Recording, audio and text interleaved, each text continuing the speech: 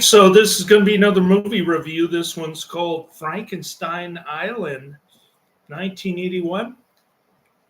Giving this one 5 out of 5 stars. We love Jerry Warren on this channel. For those who don't know, for those who think that Ed Wood is the worst film director of all time, these people have never seen a Jerry Warren movie or an Ed Wood movie, or not Ed Wood, Jerry Warren or Justin French movie, for that matter. This movie is completely incoherent and inane. I love the movie poster, by the way. I can't read it because the writing's too small, but I need to get that movie poster. We love it. It's so bad that it's good type films on this channel, especially Jerry Warren. Jerry Warren was mostly 1960s chop them up and re-edit type of director.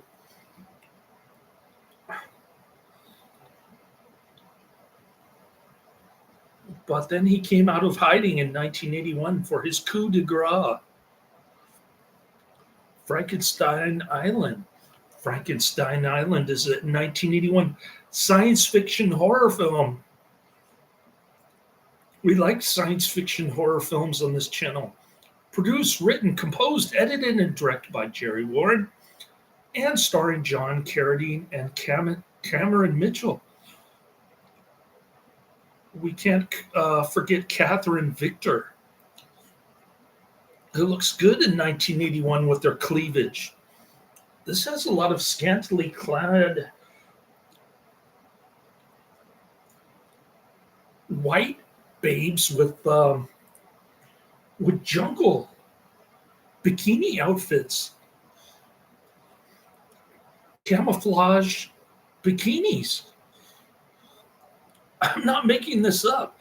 The plot concerns a group of balloonists stranded on an island where they are captured by Dr. Frankenstein's female descendant, Sheila Frankenstein, who has been kidnapping shipwrecked sailors for years and turning them into zombies.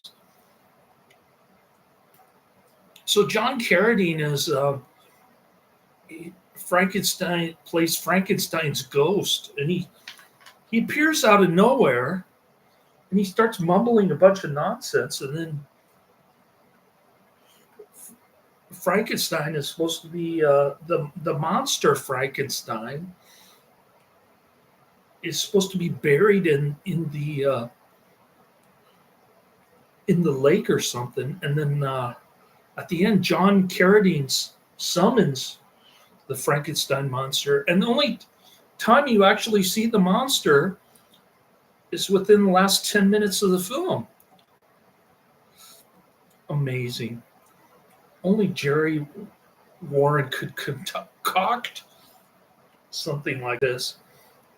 When a hot air balloon crashes on a remote and charted island, the 4 balloonists and their dog Melvin are captured by a pair of drunken old pirates who take them to the hilltop laboratory home of Dr. Frankenstein's modern-day descendant, Sheila Frankenstein, played by the great Catherine Victor, who is carrying on the family tradition by turning shipwrecked sailors into pre-programmed, bloodless, back-garbed zombies who must wear sunglasses to protect their weird white eyes from light. This is more of a zombie flick than a Frankenstein flick. Ay, ay, ay. Discovering that one of the new arrivals is a doctor, the buxom, white-haired Sheila.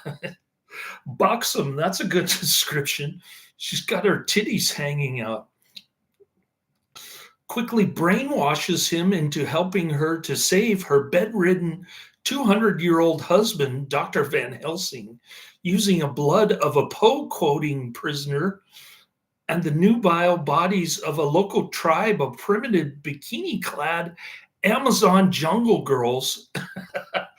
Now, that's the description I was looking for.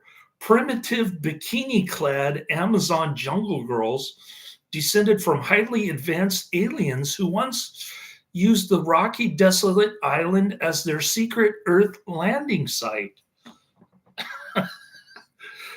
I'm not making this up. I'm reading it to you directly from the Wikipedia website. Don't accuse me of butchering the so-called plot here. If there is a plot, I guess there is. All right. Cinematography, Murray de Atterley, edited by Jerry Warren, uncredited. Production companies, Cerrito Films, Crisware, distributed by Intercontinental. Release date November 27, 1981. Running time, a cool 97 minutes, thankfully. I've been a little slow doing reviews this weekend. I think I've got 2 up so far. This is my second one. But I don't know if I can get to a third. I got to go to dry cleaner, and then tonight the Notre Dame choir is coming to St. Dominic's.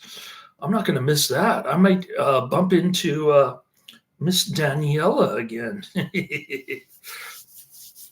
So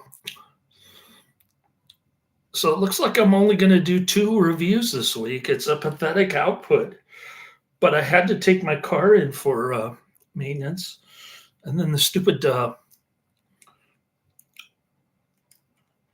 dry cleaner didn't have my clothes ready on the way back from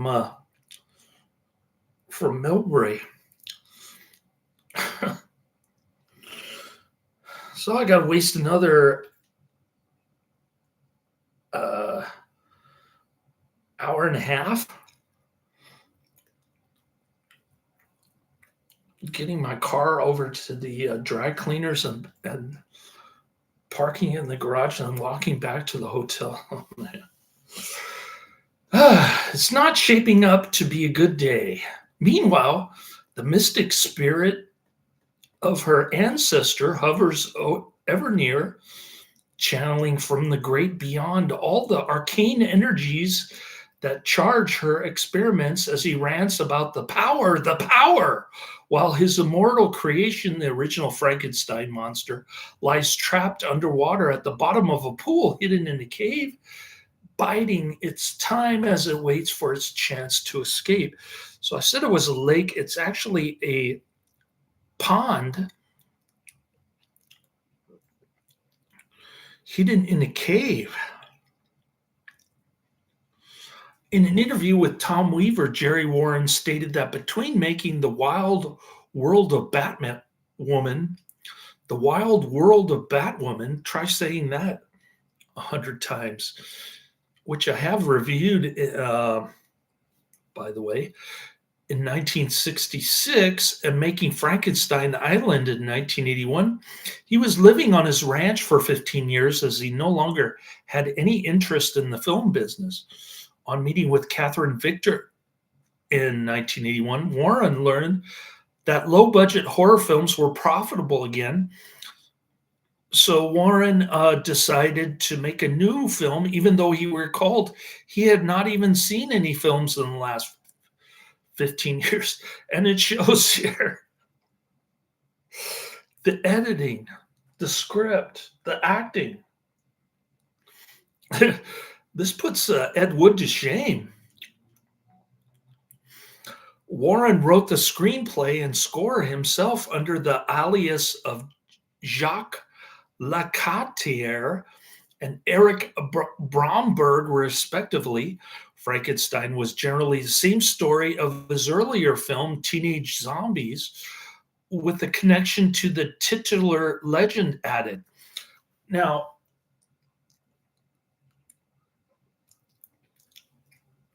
Rambo Raff for Life uploaded a review of this movie on YouTube. Initially, I thought he was trying to imitate my channel in general, or perhaps I was late in the game reviewing this and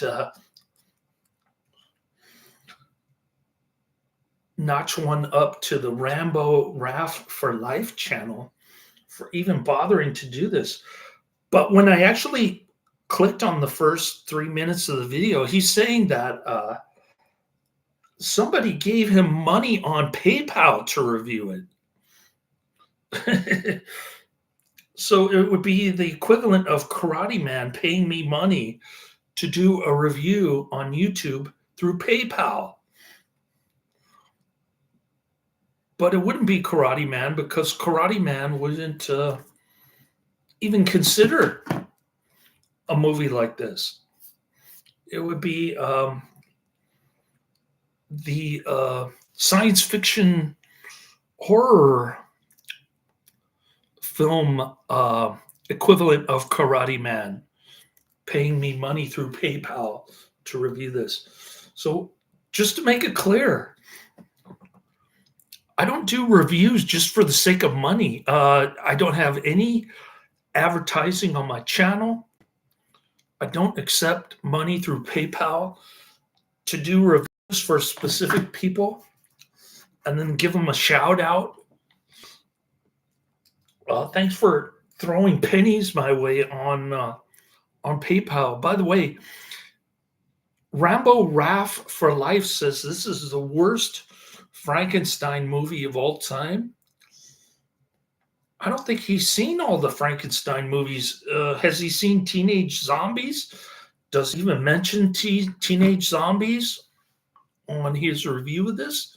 I doubt it. Does he even know who Jerry Warren is? I doubt it. So we were saying Frankenstein was generally the same story of his early film, Teenage Zombies, with connection to the titular legend added. Warren cast a number of actors who had appeared in his previous work, including Robert Clarke, Katherine Victor, and Steve Brodie. Clarke said he initially had high hopes for the film, as he felt Warren has a lot of enthusiasm and he can get a lot on the screen for the kind of money he spends. But it soon became pretty apparent that this wasn't going to get much beyond what any of his others had achieved, and it wouldn't reach Planet X or Time Barrier or even Sun Demon as far as quality. An article on actor Jim Webb in the Los Angeles Times stated that Frankenstein Island would be released in the summer of 1981. The film was ultimately released that November. Warren later felt he did not make Frankenstein Island modern enough to compete with contemporary films. He made a television version of the film which featured newer material that included scenes with explosions and special effects and cut out portions of the film. Yeah, there's a lot of downtime here of one of the characters is just drinking a bottle of booze and he's just babbling like one of the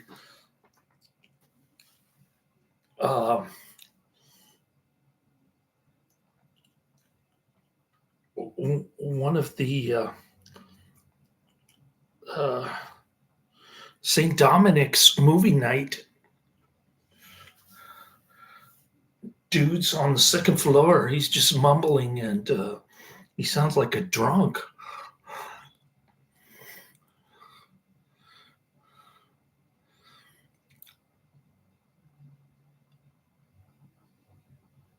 Clarke recalled that Warren cut and cutted, but it's still very ponderous, even the television version. From contemporary reviews, Jack Zink stated that Frankenstein Island was abominable, stating that both John Carradine and Andrew Duggan show their age dramatically enough to indicate the film stock isn't as much as the image images imprinted on it, and that Warren was a hack. And among the 50s era cheapy filmmakers, hasn't changed his tactics a bit. Yeah, forget Ed Wood filmology. Check out Jerry Warren. Zink concluded that cultists may get a kick out of investigation to determine whether Frankenstein Island is terrible enough to rank among the worst films of all time. It does rank, but it's not the worst Frankenstein film, probably. Rambo Raff for Life tends to exaggerate at the beginning of his review. For the rest, this boring nonsense is an excruciating peek at just how low once respectable marquee names can sink. From retrospective reviews, academic Peter Dendo wrote in the Zombie Movie Encyclopedia, called it a ludicrous mishmash of random elements lovingly stirred into a burgoo of cinematic insanity. Now, that is a good description. Lovingly stirred into a burgoo of cinematic insanity. In 1985, Warren discussed a sequel, which he described as a more up-to-date, not campy and old-time. He suggested that co-writer Robert Christopher would co-direct. Warren died in 1988. So there could have been a sequel, but this was his calling card. Ladies and gentlemen, Jerry Warren died in 1988 before the sequel was produced. In 2012, former Mystery Science Theater 3000 writers Michael J. Nelson, Kevin Murphy, and Bill Corbett recorded a comedic commentary via their Riff Tracks subsidiary. This movie is unintentionally funny, with or without Riff Tracks commentary. I posted links to the movie itself and the trailer in the description. Going down my movies list, number 1, The Network of Freedom, 2017. Number 2, Incredibles 2, 2018. And number 3, go back to Dominic's for Notre Dame Choir. So the trailer is pretty grainy. I mean, the print is in bad shape, but it's a cool looking trailer. It's got Cameron Mitchell. They can't figure out whether to use Cameron Mitchell's blood for Catherine Victor's her 200-year-old husband's blood transfusions, or they use the